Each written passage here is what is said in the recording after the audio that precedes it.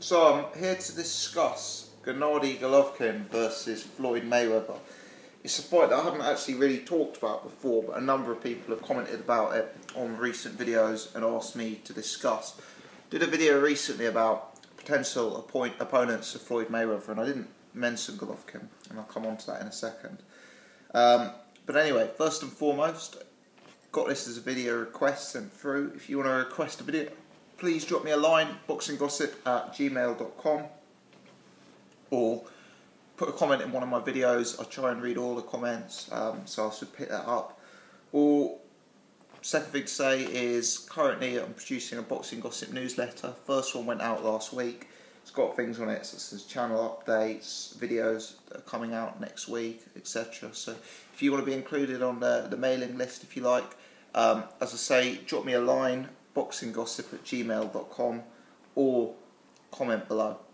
Finally, I'm selling a range of signed boxing merchandise. I did a previous video on that. Once again, same email address or comment below. Right, Floyd Mayweather versus Gennady Golovkin. First and foremost, I don't think the fight's going to happen. Why? Floyd's fighting once more, so he says. Even if that's a lie, he's probably fighting once or twice more. Now, the difficulty is, Gennady Golovkin genuinely isn't a name in boxing. He really is not a name. Like, to us hardcore fans, yeah, we know about him. We know what he's capable of. We know what he represents. But I often talk about Gennady Golovkin and Sergey Kovalev if I'm down the pub with my friends. And none of them even know who these guys are.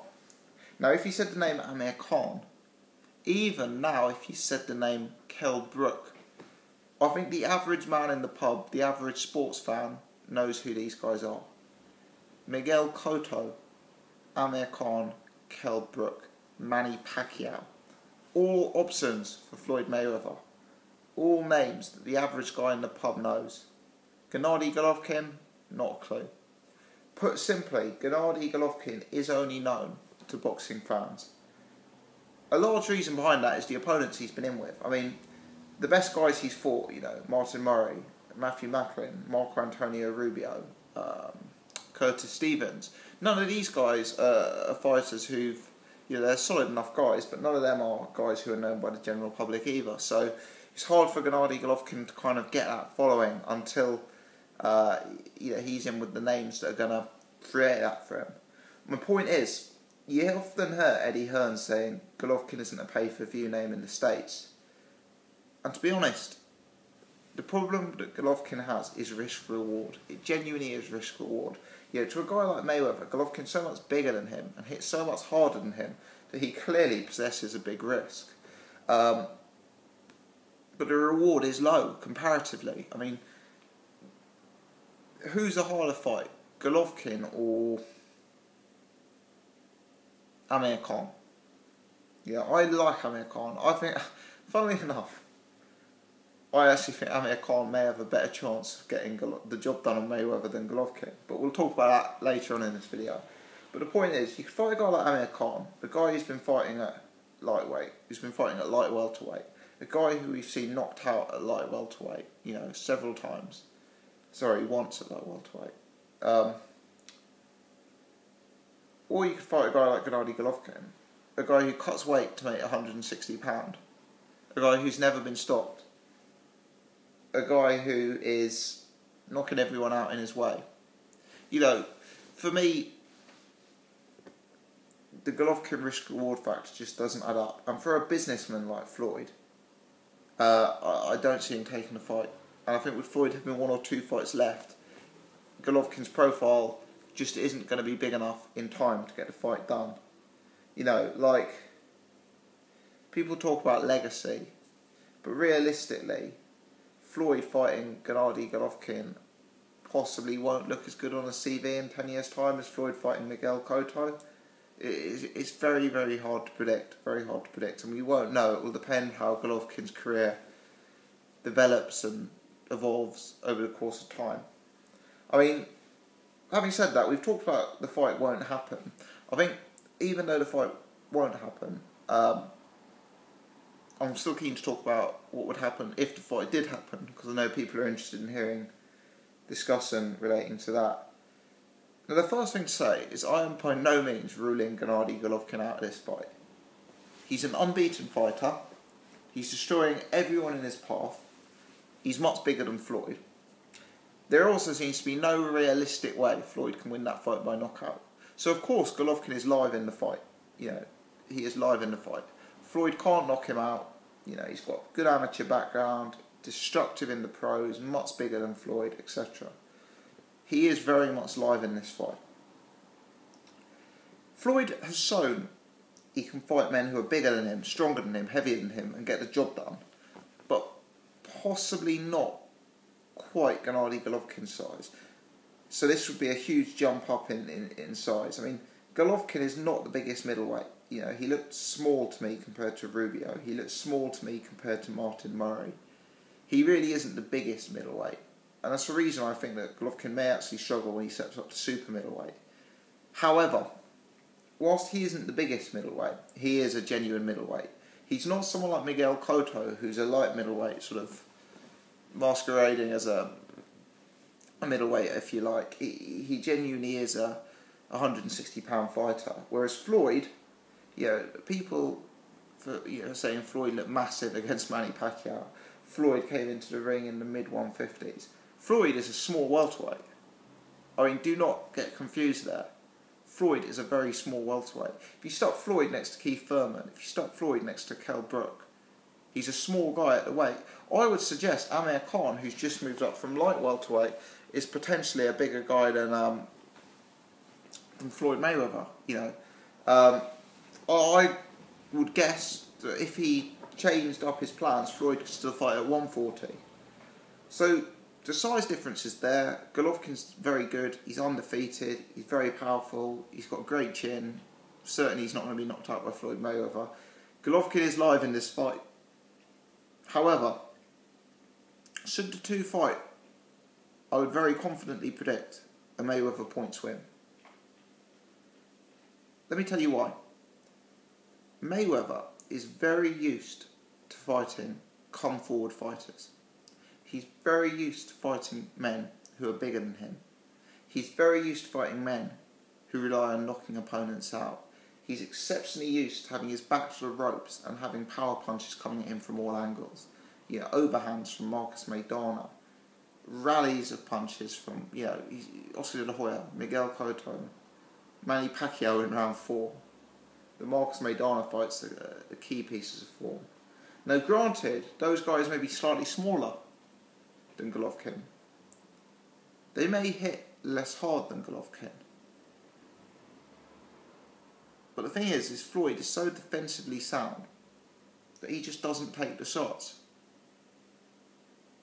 I mean, Gennady Golovkin, yes, you could see him pushing Floyd back. Yes, you could see him forcing the pace. You could see him coming forward. But Golovkin is very hittable when he comes forward. And a key piece of form for that is the Martin Murray fight. I mean, Martin Murray, who is not an offensively gifted elite fighter in my opinion, was able to have success with the jab against him. He was able to have success to the body against him. He was able to counterpunch him.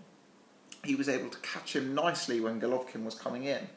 Yeah, Golovkin essentially abandoned his defence, looking to land power shots on Murray, and he relied on pushing Murray back to the ropes and then trying to unload on Murray. Now the difficulty here is Floyd Mayweather is the elite counterpuncher of our generation. Martin Murray's a bigger, stronger man than Floyd, but if Murray was to have success counterpunching Golovkin, Floyd is going to have success all day long. If Martin Murray is having success landing to Golovkin's body, similarly Floyd is going to have a huge amount of success. And people think it's controversial. People think, you know, I'm up Floyd's arse or I hate Gennady Golovkin. But this shouldn't be a controversial statement I'm making here. The pound for pound top fighter of the last 20 years who's been dominant, I'm suggesting he would beat a guy who's probably never fought a top 5 fighter in his own division. You know, I don't see that as an outrageous, controversial statement. And I'm saying Golovkin's live in the fight. He, of course, does have a chance of causing the upset. But my money would be on Floyd. I mean, Floyd is very comfortable on the ropes. His guard to his head is impenetrable. We don't see Floyd hurt to the body too regularly. Admittedly, Golovkin's a bigger guy, maybe he could have some success we haven't seen before. But I think Floyd could make him look silly. I think Floyd could embarrass him. I think Floyd could run rings around him. Ring size was key in that Martin Murray fight. They fought in a tiny, tiny ring. But you can imagine if the two fought, Floyd's ring would be a lot bigger. And I could see Floyd comfortable on the ropes, sitting there, catching Golovkin with the jab on his way in, weathering the Golovkin storm with his leaning, with his rolling, and then counterpunching Golovkin. And then I could see Floyd sort of taking a step, changing the angle, skipping away from the ropes, going back to the centre of the ring, throwing a jab, catching Golovkin with the left hook on his way in, throwing a lead right as Golovkin charges forward. For me, Floyd is a defensive genius. He's a counter-punching genius. He's elite with his back to the ropes. And he's facing a guy who is exceptionally defensively open. I've had some guys comment on my videos saying that Golovkin is some master defensive fighter. And the reason they give is like, if you look at the CompuBox numbers, like, how rare is it for him to get hit in the face? The truth is, he's been fighting a level of opposition that he can dominate so easily that they don't even have a chance to hit him in the face, because he's knocking them out typically, or if he hasn't knocked them out, he's put them in a, he's terrified them with his power so much they're incapable of throwing a punch. Against the elite level of the sport, it would be a different game for him. The middleweight division is very weak in my opinion. Very weak. Miguel Cotto, not really a middleweight. Peter Quillen, in my opinion, a very gifted fighter who put in a terrible performance last time out. Andy Lee, in my opinion, a very, very poor fighter. Gennady Golovkin is head and shoulders the top 100. When I say Andy Lee's a poor fighter, he's not a poor fighter. That was wrong with me. What I mean is he's a poor fighter for a world champ. But Gennady Golovkin, whilst he's looking dominant at middleweight, fighting the bottom of the top 10 at middleweight, he might have another thing coming, fighting a pound for pound great. He's defensively open, and he could be exploited by a counter-puncher. He could be exploited by movement. Floyd has all the tools in the box to beat him. It's a close fight. It's a fight I don't rule Golovkin out. And it's a fight, most importantly, I think, never ever happens. But if it did happen, confident prediction, Floyd points. Let me know your thoughts. As always, keen to discuss.